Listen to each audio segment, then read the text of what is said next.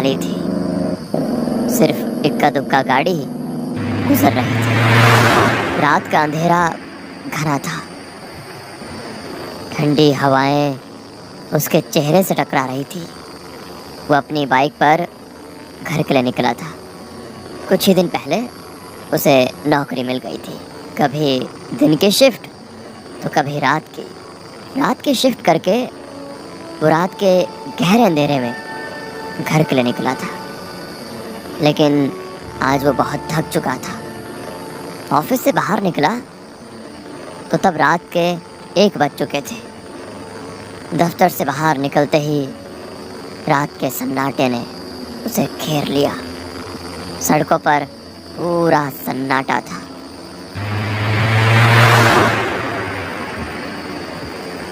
दूर दूर तक कोई नहीं दिखता था। दिन में जो गाड़ियों की आवाजाही रहती थी, रात में वो कहीं नहीं थी। रोड खाली होने की वजह से उसे अपनी गति पर नियंत्रण ही नहीं था।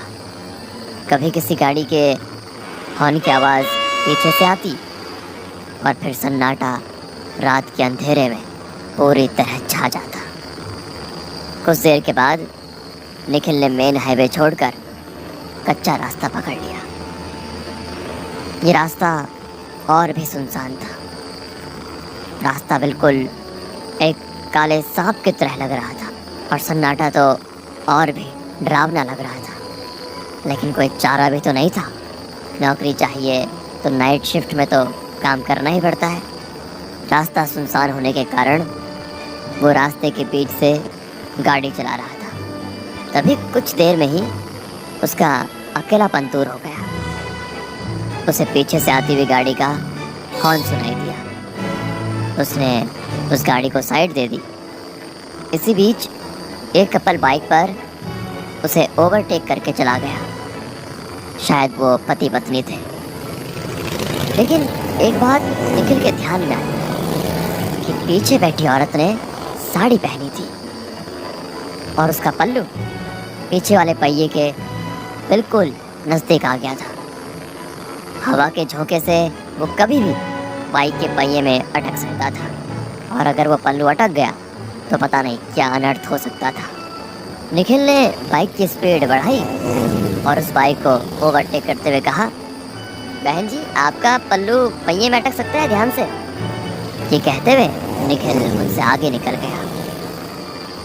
निखिल के मन में एक राहत मिली कि मैंने किसी की मदद की है, क्योंकि आजकल टीवी पर या व्हाट्सएप पर हमेशा ऐसे वीडियोस देखने मिलते हैं कि एक महिला बाइक के पीछे बैठी थी, उसका पल्लू बाइक के पीछे पहिए में फंस गया और महिला का गला पल्लू के फंदे में कसता जा रहा था और वो 20-25 फीट बाइक के साथ सड़क पर घसीटती जा रही थी और ऐसी दुर्घटना में वो पूरी तरह जख्मी हो गई।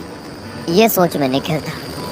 तभी अचानक से वही बाइक वाला फिर से निखिल के आगे चला गया, लेकिन अब उसके पीछे कोई नहीं था।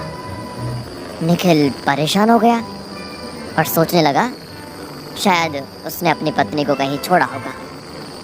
लेकिन हाईवे पर तो कहीं बाहर जाने का रास्ता ही नहीं था। कहाँ गई होगी उसकी बीवी? निखिल ने गाड़ी की स्पीड बढ़ाई और उससे पूछा, दोस्त, आपके पीछे बैठी हुई वो आपकी पत्नी कहाँ गई? उनका पल्लू बाइक के पहिए में अटकने वाला था तो मैंने उनको बता दिया था। उस बाइक वाले ने अपनी बाइक साइड में लगाई। वैसे निखिल ने भी अपनी बाइक उसके साइड में लिया और पूछा, क्या हुआ भाई साहब, आपकी बीवी कहाँ है? वो तो पीछे बैठी थी ना, कहाँ गई?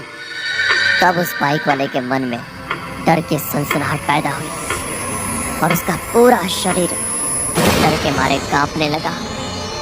आदमी ने कोई जवाब नहीं दिया, बस अपनी डरी हुई आंखों से पीछे देखा तो वो रास्ता और भी डरावना लग रहा था।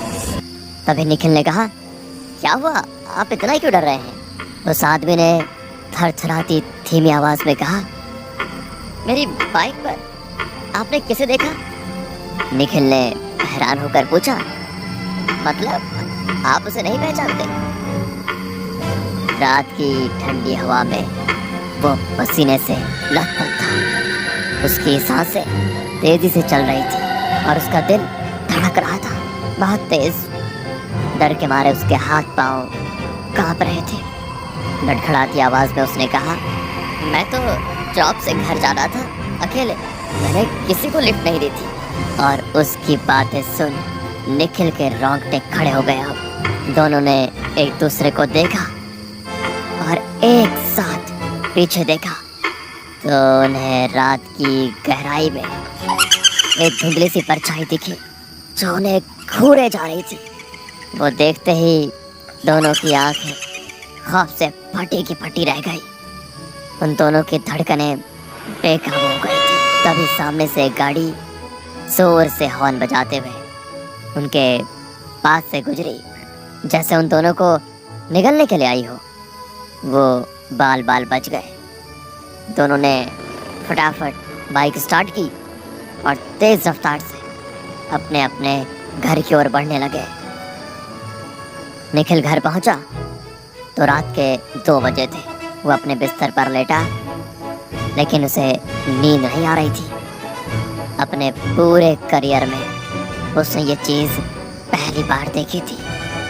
रह रहकर उसके मन में एक ही ख्याल आ रहा था, क्या मैंने जो देखा वो सच था? कितनी बार उसी रास्ते से गुजरा था, लेकिन आज तक इस जैसा खौफनाक अनुभव कभी नहीं हुआ था।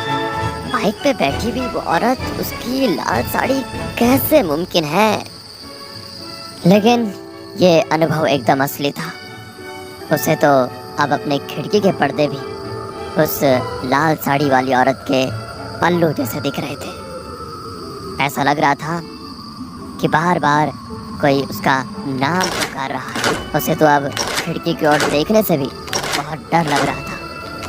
पर्दे की हर एक सरसराहट से वो चौंक जाता था। जैसे ही वो पर्दा हिलता उसे वो सब याद आ जाता।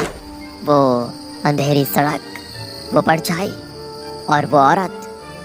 निखिल उठा और उसने खिड़की बंद कर दी। जैसे ही वो मुड़ा, उस औरत ने निखिल के ऊपर छलांग लगाई। निखिल डर के मारे पूरा चिल्लाने लगा। ओह, देखा तो ये सपना था। उसने सोचा, शायद मैं ही ज्यादा सोच रहा हूँ, और सो गया। लेकिन वो चैन की नींद नहीं थी। वो डर उसके मन में गहरे तरीके से बैठ गया था। 2 दिन तो वो काम पर भी नहीं गया, लेकिन वो जानता था कि वो कितने दिन तक डर से भाग सकता था। तीसरे दिन वो काम पे गया, लेकिन उसका ध्यान काम में नहीं था। बार बार वो घड़ी देख रहा था। 12:30 बज गए, शिफ्ट खत्म हो गई और वो अपनी बाइक पर बैठा, लेकिन उसके पैर कांपने लगे। सोच सोच में वो कब हाईवे से निकलकर उस कच्चे रास्ते पर आया, ये उसे पता ही नहीं चला। अब उसे ज़्यादा डर लगने लगा था। उसे सब याद आने लग गया था कि तभी पीछे एक गाड़ी का हॉर्न सुनाई दिया। निखिल के रोंगटे खड़े हो गए। क्या वो औरत फिर से उस आदमी के पीछे बैठी हुई होगी? क्या वो मुझे फिर से दिखेगी? सिर्फ उसे उसके हार्ट बीट सुनाई दे रहे थे। शरीर पूरा पसीना पसीना हो गया। दूसरी बाइक आगे जाने की कोशिश करने लगी। निखिल ने सोचा, मैं उसके पीछे देखूंगा ही नहीं, लेकिन आखिरकार उसने पीछे देख ही लिया तो उसके पीछे कोई नहीं था। तब निखिल ने एक राहत भरी सांस ली। उसकी जान में जान आ गई। कलेजे का डर अब कुछ हद तक खत्म हो गया। निखिल ने बाइक वाले की ओर देखा और स्माइल किया। उस बाइक वाले ने अपने हेलमेट की कांच ऊपर की और बोला, पहले से कहिए पल्लू संभाल के रखिए, पल्लू अटक जाए पहिए में गए।